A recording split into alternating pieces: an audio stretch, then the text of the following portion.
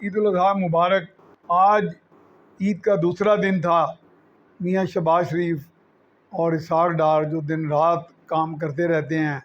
شہباز شریف چلو power nap لے کے 10 منٹ کا دوبارہ بالکل فل فارم میں آ جاتے ہیں۔ تو اسحاق ڈار کے بارے میں تو سنا ہے کہ وہ تو بیچارے نیند ہی نہیں آج کل پوری کر رہے تھے، انہوں نے اپنی نیندیں حرام کی تھی کہ کسی نہ کسی طرح آئی ایم ایف سے کچھ نہ کچھ حاصل ہو جائے،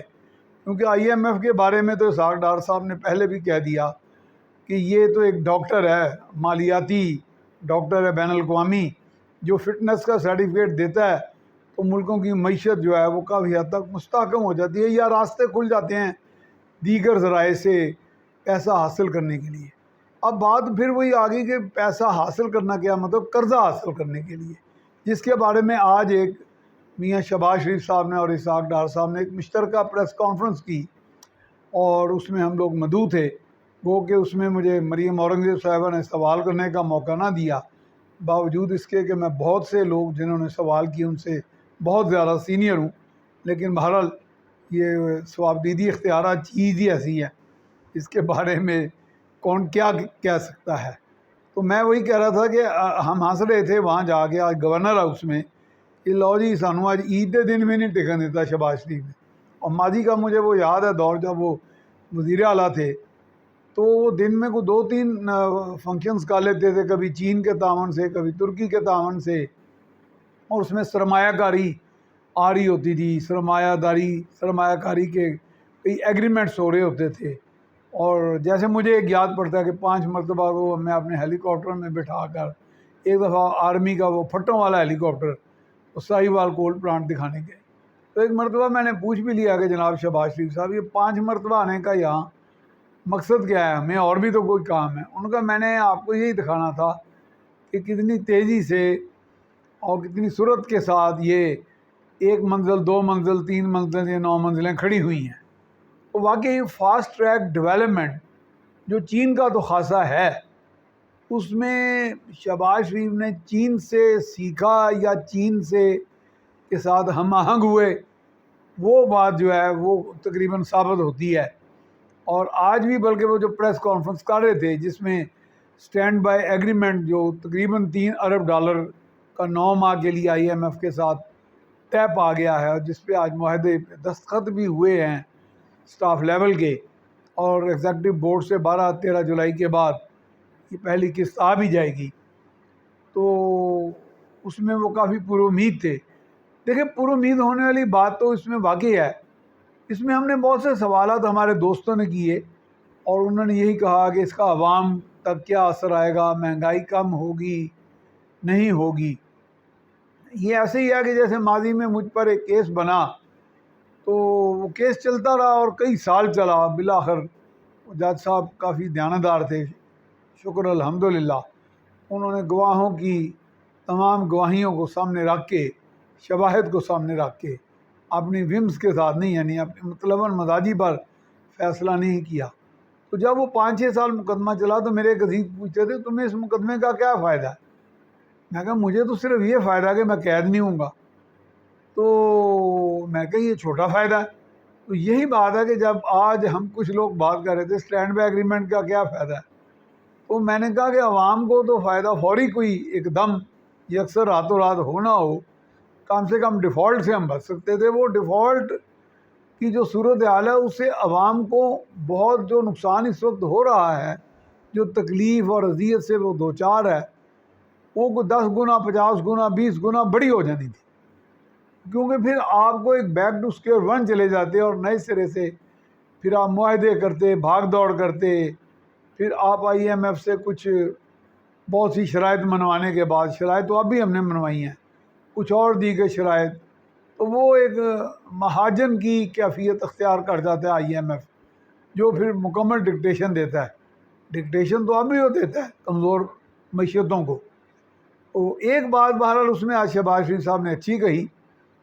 کہ یہ لمحہ فخریہ نہیں ہے، یہ لمحہ فکریہ ہے، ہمیں بریدنگ سپیس ملی ہے سٹینڈ بائی ایگریمنٹ سے۔ اس کا ہرگز یہ مطلب نہیں کہ ہم نے کوئی بہت بڑا اکنامک ٹرن اراؤنڈ ہو گیا۔ البتہ راستے یقیناً کھلے ہیں کہ کچھ راستے بنے ہیں، ہمیں اسلامک انویسٹمنٹ بینک سے بھی انویسٹمنٹ آئے گی، اور اس کی کہانی بھی جو انہوں نے سنائی، اور اسحاق ڈار صاحب کی دن رات کی محنت اور ان کے جو اندیشے تھے اس کا بھی ذکر ہوا۔ اور میں نے اسحاق ڈار صاحب کو ذاتی طور پہ کام کرتے دیکھا ہوا ہے کہ واقعتاً وہ بڑی لگن سے، بڑے پیشن کے ساتھ کام کرتے رہے ہیں، بالکل وہ شہباز شریف کی مانند۔ اور وہ ایک مرتبہ تو میں انہیں ملنے گیا جب وہ پہلے وزیر خزانہ تھے، آج سے کچھ سال قبل، تو باقاعدہ ان کی گردن میں اور سر میں، آنکھوں میں ایک تھکن کا سا احساس ہوتا تھا،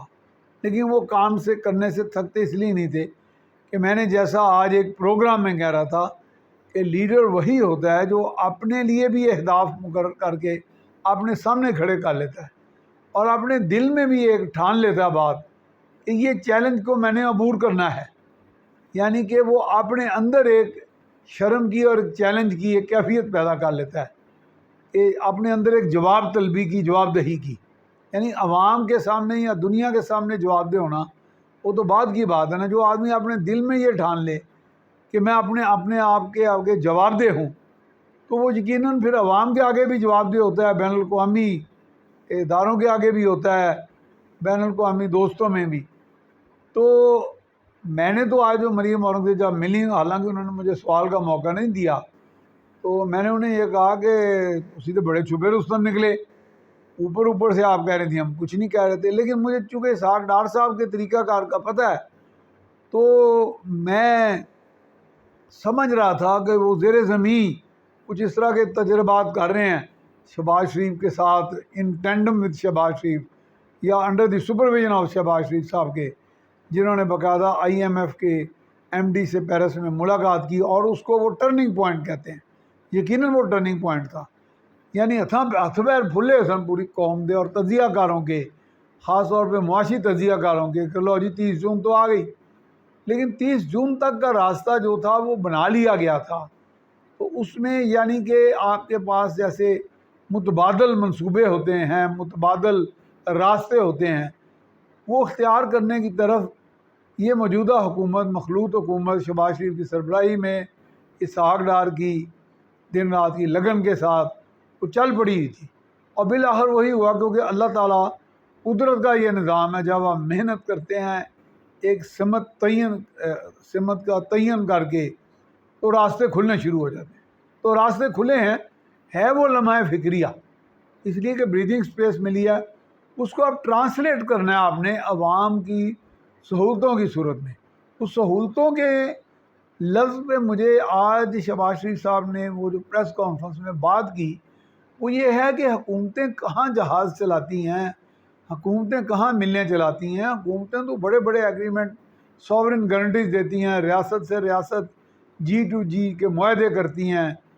سہولیات فراہم کرتی ہیں، نیبلنگ انوائرمنٹ دیتی ہیں۔ تو اس لیے جیسے یہاں پہ اب اسلام آباد ایئرپورٹ پہ آؤٹ سورس ہو رہا ہے، اور جو 4-5 پلرز ہیں ہمارے معیشت کے، جن پر فوری کام ہو سکتا ہے اور فوری نتائج آ سکتے ہیں مہینوں میں، وہ زراعت ہے، IT ہے، معدنیات ہیں، جیسے ریکوڈک کی بھی معدنیات آپ کے سامنے ہیں، اور یہ آؤٹ سورسنگ کا بھی ہے، IT ہے، یہ واقعی مہینوں میں رزلٹ دے سکتے ہیں۔ انڈسٹریلائزیشن میں تو ٹائم بھی لگتا ہے، اور چونکہ ابھی ہم وہ اس چیلنج سے بھی کوپ کر رہے ہیں، وہ جو بجلی مہنگی اور گیس مہنگی والا، تو اس پہ بھی معاہدے تو ہوئے ہیں، جیسے آذربائیجان سے بھی گیس نسبتاً کم قیمت پہ بات ہو رہی ہے۔ تو یہ کام جو دن رات لگن سے ہو رہا ہے، جس میں ایک کام جو ہے وہ مجھے بڑی اچھی اس میں نوید سنائی دی، وہ یہ تھا کہ تقریباً 40 لاکھ روزگاروں کا بیرون ملک پہ کام ہو رہا ہے، اور شہباز شریف صاحب نے اس کا بڑا زوردار قسم کا اندیا دیا ہے، جیسے کہ وہ کام بالکل عنقریب شروع ہو جائے گا، جس میں ہمارے جو دوست ممالک UAE، عرب ممالک، سعودی عرب، وہاں پہ ہمارے لوگوں کے لیے ملازمتوں کے مواقع فراہم کر دیے جائیں گے۔ یہ ماضی میں آپ کو یاد ہوگا، ذوالفقار علی بھٹو کے دور میں لیبیا میں ہمارے اور دیگر کئی عرب ممالک میں لوگ گئے تھے، کویت بھی گئے تھے، اور انہوں نے اچھا خاصا زر مبادلہ کمایا، ملک کو بھی خوشحال کیا، اپنے گھرانوں کو بھی خوشحال کیا، خود کفالت کی طرف بھی گئے۔ تو یہ بھی ایک ڈور، یہ بھی ایک ونڈو ہے یہ بھی ایک اوپننگ ہے جس پہ کام ہو رہا ہے۔ میرے ذہن میں آیا تھا، جو سوال کا موقع نہ ملا کہ میں پوچھتا، کہ ہمارے ہاں تو سب سے بڑا ایشو شہباز شریف صاحب، اسحاق ڈار صاحب، کنسالیڈیشن آف گینز کا ہے۔ یہ گین ہی ہے نا کہ چلو ہم نے ایک گین کیا، ایک چیز حاصل کی، ایک مقصد حاصل کیا، ایک منزل حاصل کی، چلیں وہ پہلی منزل سے یا پہلی سے بھی آدھی منزل تھی کہ یہ جو سٹینڈ بائی ایگریمنٹ والی بات طے پا گئی، تو یہ کنسولیڈیٹ ہم کیسے کر پائیں گے؟ یعنی اس کا ثمر ہم حاصل کرتے رہیں گے۔ تو جس میں ہمارے بڑے بھائی سجاد میر صاحب نے آج میرے ساتھ ایک پروگرام میں کہا کہ اس کو لیجسلیٹ کر لیا جائے، اسمبلی کے اندر بات یہ طے کر لی جائے، اس پہ قانون سازی کر لی جائے تاکہ یہ ایک آفیشیل ڈاکیومنٹ بن جائے، تو آنے والی حکومت اس کو اسکریپ نہ کر سکے۔ لیکن میرا اب خیال ہے کہ جیسے بڑے آرام سے عمران خان نے اسکریپ کر دیا تھا پچھلا IMF معاہدہ، اور ہمیں ہتھاں دے کھولیاں دنداں نال کھولنیاں پیا، ہتھاں دیاں بنیاں ہوئیاں، تو میرا خیال ہے اب آئندہ آنے والی حکومت کوئی ہو، بری ہو، چھوٹی ہو، بڑی ہو، مخلوط ہو، سنگل ہو، اکثریت والی ہو،